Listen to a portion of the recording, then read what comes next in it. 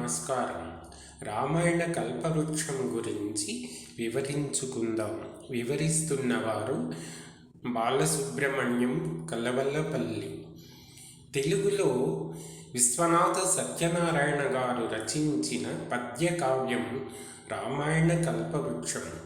తెలుగులో రామాయణం అనేక కావ్యాలుగాను, వచన రూపంలోను, సినిమాలుగాను, గేయాలుగాను, జానపద గీతాలుగాను చెప్పబడింది.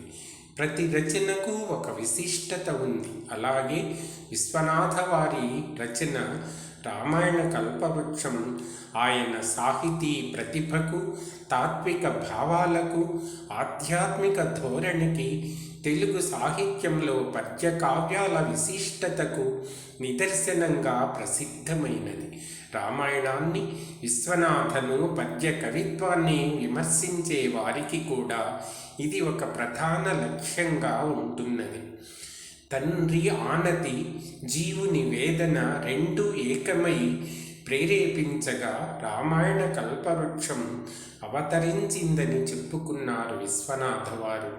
వ్రాసిన రామచంద్రు కథ వ్రాసితివనిపించుకో, వృథాయాసముగాక కట్టుకథలు ఐహికమా పరమాయటంచు, తా చేసిన తండ్రి ఆజ్ఞయును జీవుని వేదన రెండు ఏకమై, నా సకలోహ వైభవ సనాథము నాథ కథన్ రచించెదన్.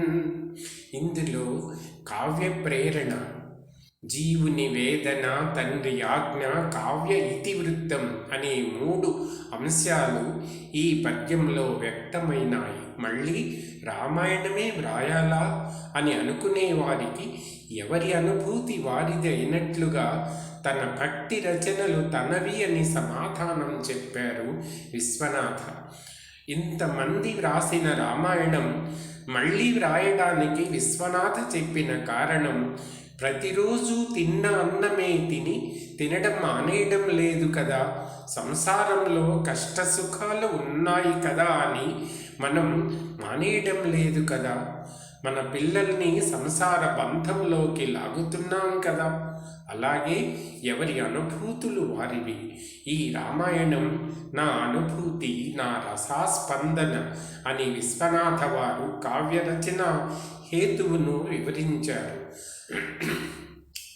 మరల ఇదేల రామాయణంబు అన్నచో, ఈ ప్రపంచకమెల్ల ఎల్లవేళ తినుచున్న అన్నమే తినుచున్నదిన్నాళ్ళు, తన రుచి బ్రతుకులు తనవిగాన చేసిన సంసారమే చేయుచున్నది, తనదైన అనుభూతి తనదిగాన, తలచిన రామునే తలచదనేనును, నా భక్తి రచనలు నావిగాన, కవి ప్రతిభలోన ఉండును కావ్యగత శతాంశములయందు, 90 అయిన పాళ్ళు ప్రాగ్విపచ్చిన్మతంబున, రసము 1000 రెట్లు గొప్పది నవకథాధృతిని మించి.